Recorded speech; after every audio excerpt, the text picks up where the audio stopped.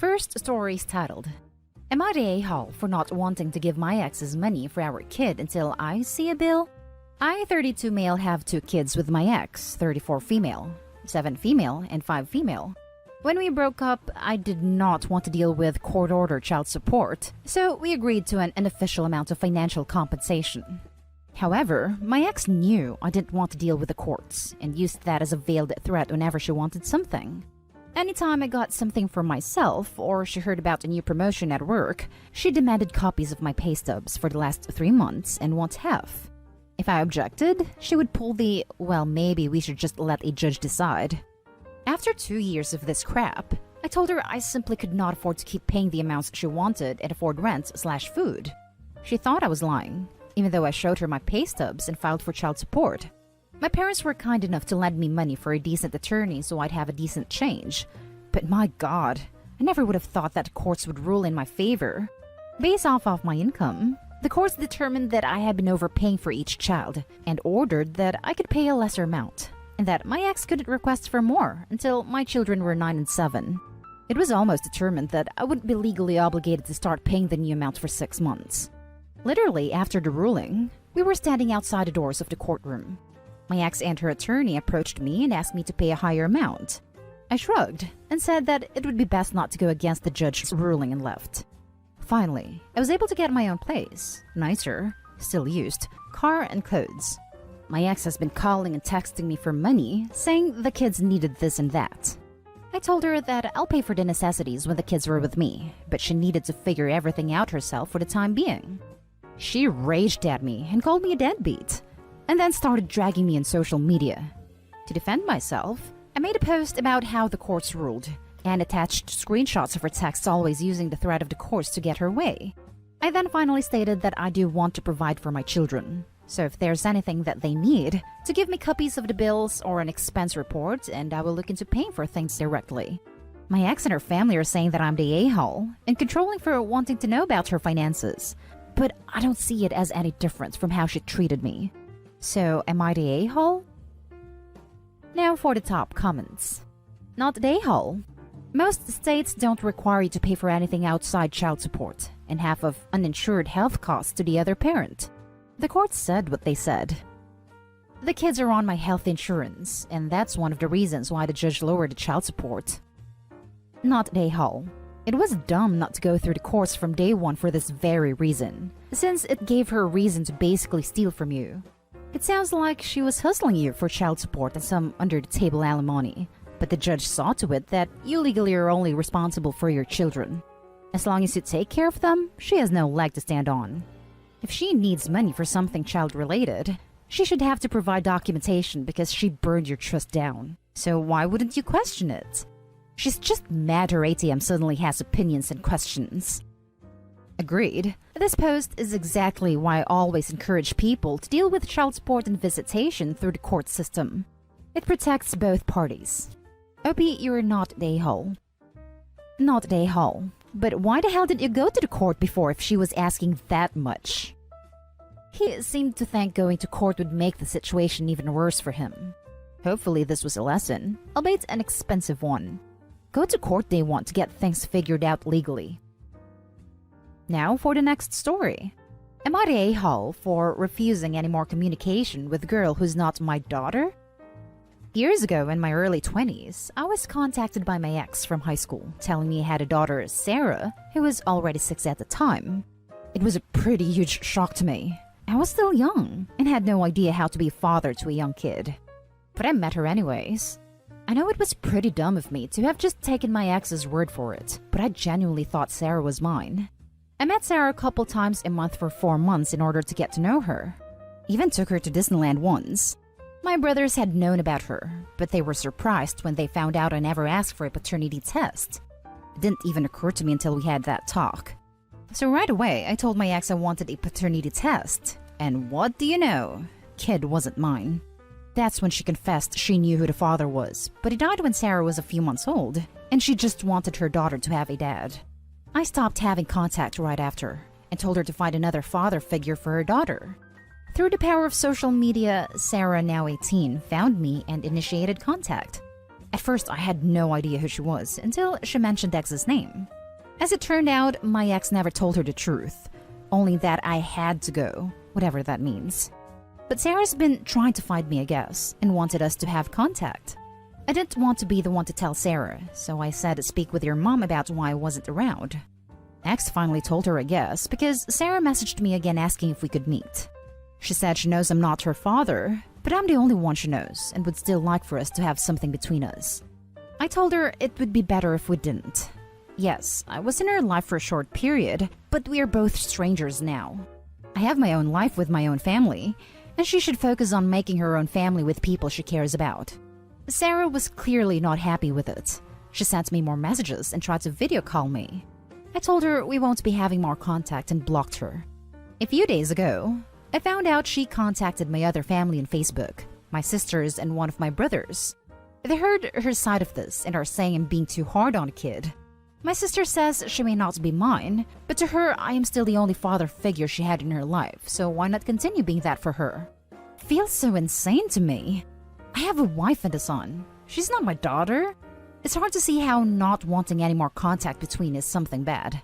I told my family they're free to take up the mantle if they want, but I won't have anything else to do with her. But their argument is she wants me as a father figure in her life, and that's why I'm being too heartless with her. Am I the a-hole? Not the a-hole. 4 months 12 years ago does not make you a father figure. Seems also likely that your ex has been spinning plenty of lies during her daughter's childhood. Seems that way. I have no idea why she would. What good could that have done to her daughter, making her think her dad walked out instead of saying I wasn't her father to begin with? Not the a-hole. Seems kinda crazy to me. It is said that her desperate search for fatherly connection will not stop, but will likely lead her down a dark path. My heart breaks for that girl. I have a feeling that those 4 months when Opie was her dad were her best childhood memories. That said, Opie is not the a-hole, and it's probably best to stay away from her. Not the a-hole. Her mother sounds like a nutcase by fabricating such a lie, and I personally would be delicate with her daughter. It sounds like the apple may not have fallen far from the tree. Not the a-hole. I don't think your family's doing her any favors by encouraging her illusions of being connected to you. I do have sympathy for her. Sounds like she spent her life believing you were her dad and can't let go of that emotional headspace. I hope she gets therapy to work through it. Next story is titled, Am I the a-hole for going to visit my ex's family with him and his girlfriend, even though his girlfriend asked me not to? I have a 10-month-old baby with my ex. In January, he asked me if I would be willing to go visit his family with him so his elderly grandparents could finally meet our son. My ex has been really helpful and flexible since our son was born, so I agreed, since I felt like I owed him. My ex got back with the ex-girlfriend he had before me when our son was 5 months. She found out my ex had asked me to come on the trip and messaged me to ask me to refuse. She said she wanted this trip to be just about them, and she needed the opportunity to mend her relationship with his family. I didn't know about her history with his family until we were already there, but even if I did, I wouldn't have been willing to risk the good co-parenting relationship we had for her. I ended up ignoring her messages and went on the trip. The trip was interesting. His family were very nice to me, but dismissive towards his girlfriend. When we got back, she sent me a long message asking me if I was happy about ruining her one shot at fixing things, and she accused me of trying to get back with my ex. I do feel bad because his family weren't very welcoming to her, and I feel like they used me/my son as a shield to avoid having to make an effort with her. Am I the a-hole? Now for the top comments. Not the a-hole. She is the girlfriend. You are the mother of his child. If she wants to be anything more than the girlfriend, she will need to learn to fit in with your co-parenting and family dynamics. And let's be honest, if her relationship with his family is that bad, one trip was not going to fix it. That last line is exactly what I was thinking. Holy crap! I just found Opie's comment about why the family dislikes her, and you are definitely right that this trip was never going to fix it. Seriously, why he took the ex back is a mystery. According to his cousin, their family hosts a huge New Year's Eve party where they invite all of their friends, family and business colleagues. 2 years ago, she wanted to wear this grandmother's necklace to the party, and the family told her no since it was a gift from the grandfather on their wedding. So she stole it and turned up wearing it and caused a huge scene. He broke up with her after that. Between that theft and the texting behind her boyfriend's back, this chick sounds legit crazy as hell. Lol, why does this person even have your number? Text back, I have a child with X, and he wanted that child to meet his grandparents. If you wanted to cultivate a relationship with this family, you need to talk to him about arranging a private visit, instead of going behind his back to sabotage his plans to have his child meet his grandparents. Furthermore, if you don't want me to lecture you on how you should be behaving, you can go ahead and delete my number. Note, do not do this if you hate drama. I wouldn't text anything to her.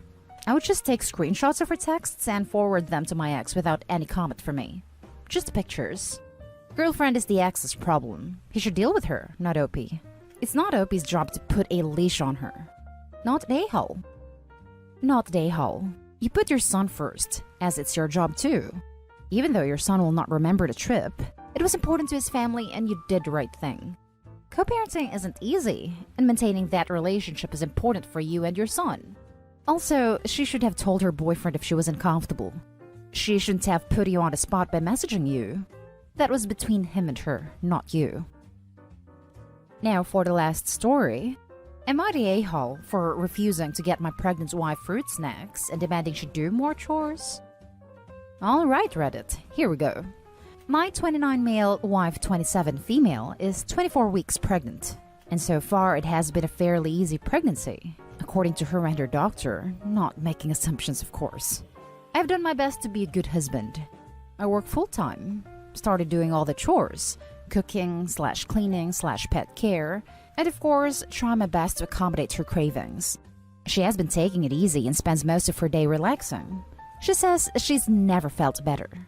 Being completely honest, I'm starting to get a little burnt out. I love my wife and want her to be comfortable while pregnant, but working full-time and doing 100% of the chores is very draining. I recently had 2 separate conversations asking if she would be willing to do 80-20 chore split instead, but both times she got offended. She says that it would stress her out and possibly harm the baby, which scared me. I don't want anything to happen to our baby. So of course, I did push it. Yesterday morning, 2 a.m., my wife woke me up and asked me if I could go to the store for fruit snacks. She was craving them badly. I have made many late nights runs, but this week has been so stressful for me. I worked overtime the entire weekend and a deadline is approaching. I told her I was sorry, but I really needed to rest. I was exhausted. She did not like this answer. First, she tried to beg more, but I kept saying no. This went on for half an hour. Then she started crying, telling me what a horrible husband I was being. She also said she's scared to see me as a father if this is how selfish I am. I snapped at her. I told her I've been taking care of 100% of the responsibilities for the past 6 months. She's been sitting on her phone every single day and hasn't had to lift a finger. Then I said I was done doing 100% of the chores, and we need a more even split because I was losing hair from stress. I will admit I had a tone, and was obviously irritated. This caused her to cry more, and she kicked me out to the couch. This has caused a huge rift between us. She was pissed at me the entire day and locked me out of the bedroom tonight. My mother-in-law has texted me to call me an a-hole. They both said the stress I am putting on my wife will hurt the baby, so now I feel super guilty. I need perspective. Am I the a-hole? Not the a-hole. Most women literally hold on to their full-time jobs 6 months into their pregnancy and beyond. Why is she not even capable of doing light housework? The fact that she pulled it would harm the baby out of nowhere and being asked to take on even the smallest of responsibility is so manipulative. Her saying you not bending to her whims makes you a bad father was totally out of line too. Never forget, you are both the child's parents. You get to evaluate her as a mother and a spouse as much as she does you. What does her current behavior say about what kind of mother and partner she is? Edited to Ed. OP, I hope you are seeing the literal dozens and dozens of mothers who replied to this comment, sharing their stories of higher risk pregnancies, more hectic home situations, and more demanding jobs than your wife, who continued to work and contribute to their households throughout their pregnancies with no adverse effects, all the way up to the month/week of labor. This is what a loving and respectful marriage should look like. I am honestly a bit afraid of how she will act when our baby is born. I can't do 100% of the child care, 100% of the chores, and bring in 100% of the income. She has acted this way before, but usually we're able to talk it out and she will start doing her share again. Now she's just outright refusing and getting angry. Your wife is not being fair. I am also pregnant and I had a really bad start. HG, several hospital visits. If you Google pregnant HG, you'll get the gist. I've since mostly recovered, and I'm a bit further along than your wife. I do the weekly shopping and only leave the bag lifting to my husband. Heavy lifting can be harmful. I painted the baby room. I cook. I am cleaning the house. I work full time. If my body tells me to rest, I rest, but I do not take advantage of my husband. If I crave avocados, I go to the store and get avocados. If I crave stuff at night, I ignore it and I do not wake up my husband. My husband will do anything for me, and he did so in the 2 months I was severely ill. I didn't need to lift a finger, and he was also scrubbing my back in the shower to make me feel better. He is the most dedicated man I know, which is just one of the reasons I would never take advantage of his love and generosity. OP, you really need to sit your wife down. Well, she probably already is sitting down, and have a real good conversation about what is acceptable and what is not, and how you expect things to go once the baby is born.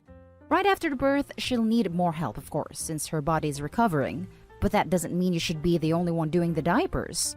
It sounds like getting pregnant was a mutual decision. She needs to mature very quickly now because she took on a huge responsibility, and that needs to be shared equally, not a whole. And that's the end of this video, folks. As always, leave a comment and hit like and subscribe.